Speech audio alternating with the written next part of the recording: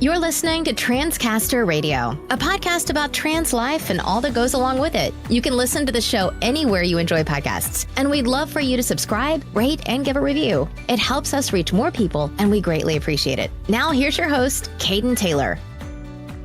Hey, Transcasters. Yes, you heard me right. I called you all Transcasters. Let me know what you think of it. Shoot me a message on social media or email me. Anyways, welcome to this week's episode of Transcaster Radio. I'm your host, Caden Taylor. I listen to a ton of different podcasts. Yes, I'm a podcast junkie.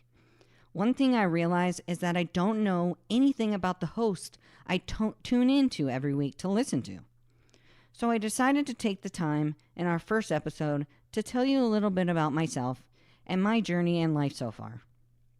Typically, I'm not one that likes to talk about myself, but I think it's important for you to get to know me if you're going to tune in every week. You'll hear some of my hardships and some of my triumphs. Over time, I hope that you get to know me and I get to know you all.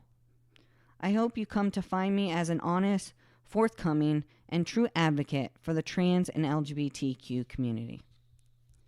Have you ever thought life was easy? Have you ever woken up in the morning thinking, man, this is going to be the day. Everything is going to be perfect. If you have, congratulations. You might be the only one on the face of the planet to have ever had a perfect day. Don't get me wrong. I've had some amazing days. Ones I will never forget. But perfect? Hell no. Perfection is a false narrative that as a society we try to live by. Honestly, once Eve bit into that apple, there was never going to be perfection again. People, situations, nor things are perfect. We work so hard at achieving perfection that we don't embrace what is right in front of us. Don't you think life is complicated enough? I certainly do. I don't think there's a reason to try to add perfection into what is already a complicated life. The reason why I bring this up is because life is even more complicated and hard when you are a trans person or identify somewhere in the LGBTQ community. My identification in this community started at 15, when I came out as a lesbian. My life of a roller coaster ride and self-acceptance started the day I wrote my grandmother an email telling her that I was a lesbian. Several days after I wrote it, she approached me with mixed feelings and altered body posture. Instead of embracing me and telling me, I still love you because you're my grandchild, she instead told me I was confused and was too young to know how I identified. I think of this today and it makes me laugh. This should have been a huge warning sign for me of her non-acceptance of my life then, let alone how she would be when I came out as a trans man. A few weeks after I told her and my grandfather, I started to come out to my friends and the rest of my family. My life changed that day. At the time, I wasn't sure it was for the better, but now I certainly do. At 15, you are at a vulnerable stage in your life, trying to find yourself in every aspect. So losing a friend or friends is a huge thing to someone at that age. At least it was to me. After my friends found out I was a lesbian, they went home and told their parents. What else were they going to do? I asked myself, why the hell did they go home and tell their parents? Honestly, I'll never understand that. Unfortunately, I grew up in a conservative town, and my friends' parents made the decision that I was no good for their children. They forced their children to not talk to me, hang out with me, or have any association with me at all, because they felt I was going to rub my gayness off on their children, and that would be a sin. Even though I identified at that time as a lesbian, I was only 15 and still trying to find myself. This time in my life was a struggle. I struggled with my own identity, my family dynamics. I was struggling making friends, and the friends I did make were no good for me.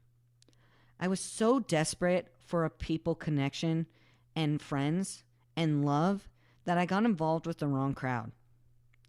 Now that I look back, I think if my family had simply accepted me and embraced who I was at that time, maybe I wouldn't have gone in with the wrong crowd and do things that I shouldn't have been doing. I try not to regret things, at least things that I've done in the past, because I feel that everything happens for a reason.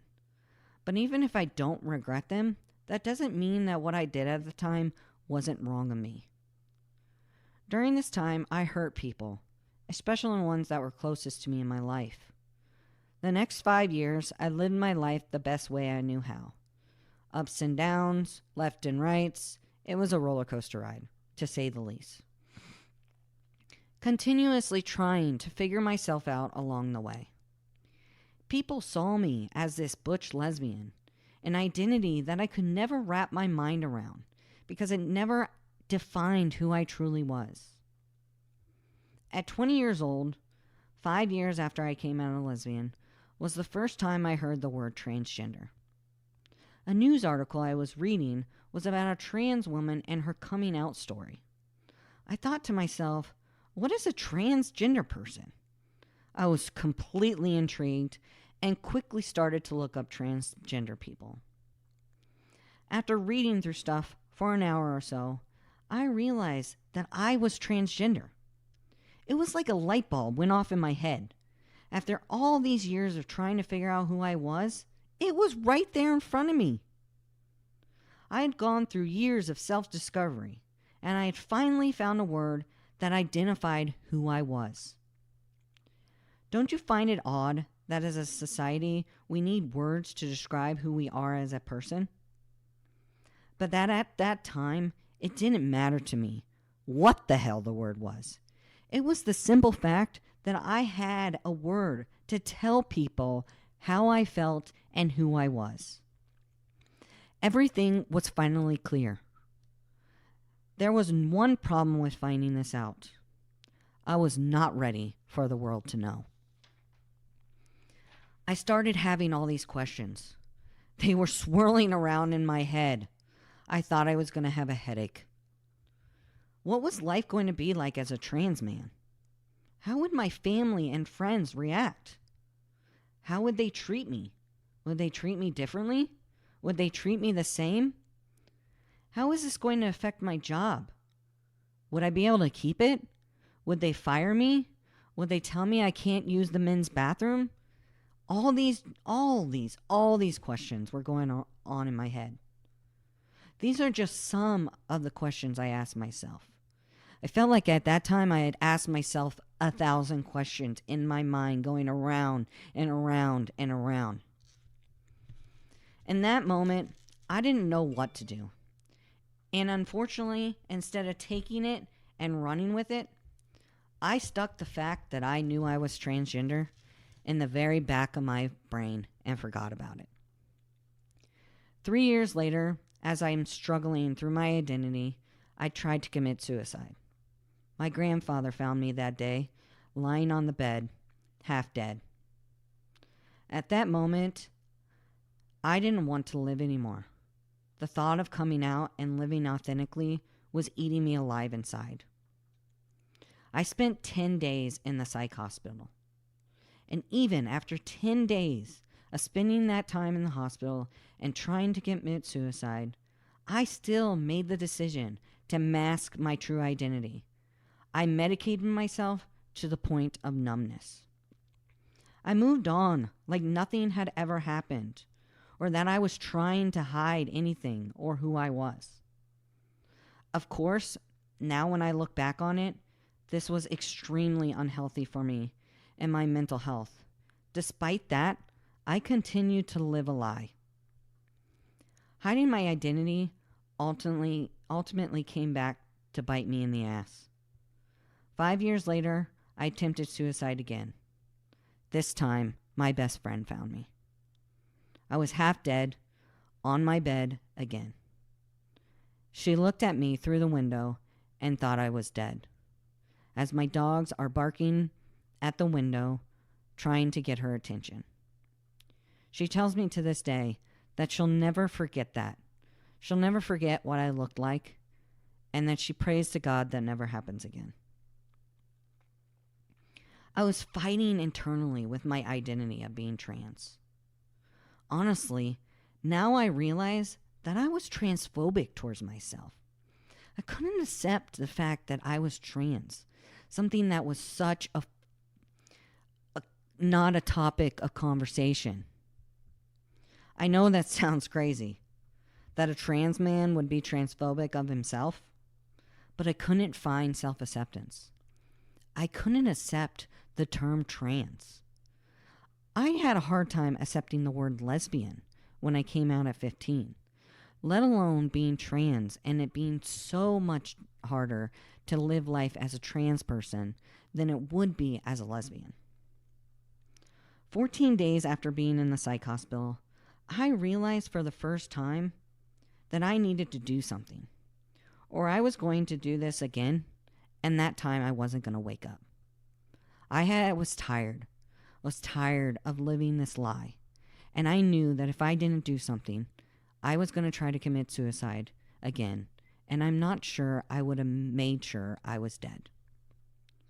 For the next 2 years, I went to therapy every week, sometimes more than once a week. I worked through my transphobic thoughts and the demons I was fighting. I had to start focusing on myself. My personality is and always has been a caregiver. I've always put other people's needs and wants before my own. It was the first time in my life that I was taking the time for myself, and I was finally discovering who I was as a person. Turning 30 was a big deal. I mean, to most people, turning 30 is a big deal. It was like truly entering adulthood to me. I was no longer in my 20s. My 30th year on this planet was a big year for me. I had finally made the decision to come out as a trans man to the world. I had finally found self-acceptance. I was no longer transphobic towards myself. I have 2 different coming out stories. One as a lesbian, one as a trans man. I asked myself, which one was harder? To be honest, they were both hard because both times I was in a different spot in my life. The last 10 years, I had been struggling with my identity and was still concerned about how my family, friends, co-workers, and society would take the news and how they would treat me. I went back to those questions, those thousands of questions I had when I first realized I was trans, and I started asking myself them again. Hurdles were destined to come. To come my way, I was sure of it. And did they? Of course they did. Not as many as I thought, and certainly it wasn't as hard as some trans people deal with. The very first person I came out to was my then girlfriend, who I had only been dating for a few months. She identified as a lesbian, and I thought this wasn't going to be for her. It was going to change who she was, and frankly, she had every right to run away. Telling her was important to me, though, because I didn't want to drag on what I felt like was going to be the inevitable, that she was going to walk away and that it wasn't going to be for her. Despite my own assumptions, she didn't go anywhere, and we're getting married in December. Her acceptance was important. It gave me the ability to know I had support to tell other people in my life. And that's why I say, I know I didn't have it as bad as some people do. Some people get kicked out of their house. Some people get disowned by their family, their friends, and the people closest to them. So I had somebody close to me that I loved that was going to accept me regardless of what anybody else said. Over time, I told my friends and family. I received a mixture of responses from them. Some I expected. Others I didn't, which was hard. I was living authentically, though, for the first time in my life. I had finally found myself and allowed myself to be me, to be Caden, to be the man that I had always known I was. Every day I learn something new about myself. The process is never ending. A little side note on the word that has always been a bit contentious to me is transition. Like I said before, I was allowing myself to be me, to be who I had always known I was going to be. As a trans person, we allow ourselves to live authentically and be our true selves. It's not about transitioning from one gender to the other, in my eyes, but having true acceptance of yourself to let yourself live the life you've always wanted. Society uses the word transition, which is fine, and you will hear me say it a lot throughout my podcast, I'm sure. I just think that trans people don't see themselves as becoming something else. You're already that person. Maybe you want the outside to match the inside. Maybe you want people to say the right pronouns and the right name that you identify with. For my trans listeners, let me know what you think about this. Do you like the word transition? Send me a message. I'd love to hear all your responses. My social and medical transition happened quickly after I came out. I think I had fought so long with myself that I was so ready to have my outside body match what I felt for so long inside. And I certainly know that not everybody wants that. Not everybody wants a medical transition, but this was my preference. In June 2017, a year after coming out, I started testosterone. And almost to the day, literally, they were 2 days separate, a year after that, I had top surgery. Like I said, everyone's transition is completely different. We all transition in our own way. Some don't medically transition. Some only socially transition. Some do both. All surgeries are available to them, or only a few. My personal transition will never be over. Will I have more surgery? I'm not sure at this point, but I do know I am happy with where I am, which is the most important thing to me at this time. I think my transition, honestly, will never end. Because I think as human beings, we are always discovering something new about ourselves. Since my transition, people see me as a straight cis male, which I don't identify that way. Being seen as a straight cis male was a dilemma for me in the beginning. I had enjoyed and embraced my queer identity. It was hard for me to let that go. I do identify as a queer trans man, and even though people who are close to me, and now all you know, but the average person walking down the street who sees me doesn't know that part of me. I certainly don't take my male privilege for granted. I did live 30 years of my life as a woman, who is also a marginalized group of people in society. I have a passion for educating people about the trans and LGBTQ community, and I will continue to do so regardless of how society sees me. If someone is willing and able to listen to me, I will talk about it. I will talk about my journey. I will talk about what I've gone through and the hardships and the triumphs I have overcome. I will talk to anybody who's willing to respect us. Because if I can say one thing, we all deserve respect. That's regardless of whether we're trans, we're gay, we're lesbian, we're non-binary, we're bisexual. Even if you're heterosexual, you're a cis heterosexual male, you still deserve respect. Since my coming out, I have made a promise to myself to live authentically, as much as I possibly can. Hey, it took a decade to get to this point of self-acceptance for me. I've embraced my triumphs as well as my hardships. Because to be honest, without both, I wouldn't be where I am today. At the end of each day, I am thankful for what I've gone through because it's made me the man I am today, not what society expects from me. Every day I wake up, I tell myself, I'm proud of you. I'm proud of the progress you have made. Make sure to tell yourself that. Make sure to wake up every day and tell yourself how proud you are of yourself, especially if you don't have a huge support system. Having the knowledge of knowing that you are proud of yourself is important. I know sometimes progress goes by slowly, but I promise it's well worth the wait. My masculinity is defined by myself, not by how society expects me to be. Because I am a man, but I am the man I want to be. Living authentically isn't always easy. You must be honest with yourself and understand that things might change. Just remember that every day you live, you make the decision to live authentically, because I certainly do. That's all I've got for you guys today. Make sure you tune in every Tuesday at 10 a.m. to check out that week's episode.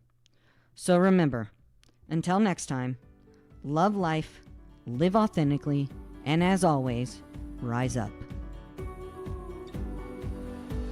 Thank you for listening to Transcaster Radio. Be sure to visit transcasterradio.com to access the show notes and discover awesome bonus content.